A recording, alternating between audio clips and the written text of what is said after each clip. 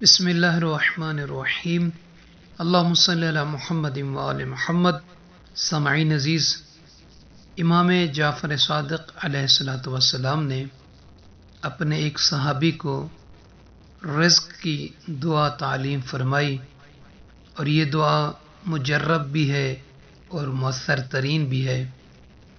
ان الامام صادق علیہ السلام علما احد اصحابہ دعاء للرزق وهو مجرب وراعی، یعنی رزق میں خیر اور برکت کے لیے آپ پڑھا کریں۔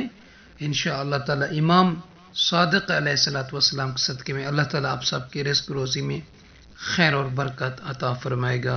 اللہم ارزقنی من فضلک الواسع الحلال الطیب رزقا واسعا حلالا طیبا بلاغا للدنیا والآخرہ صبا صبا ہنیا مریا من غیر قد ولا من من احد من خلقك الا سعة من فضلك الواسع فإنك قلت واسأل الله من فضله فمن فضلك أسأل ومن عطيتك أسأل ومن يدك الملا أسأل۔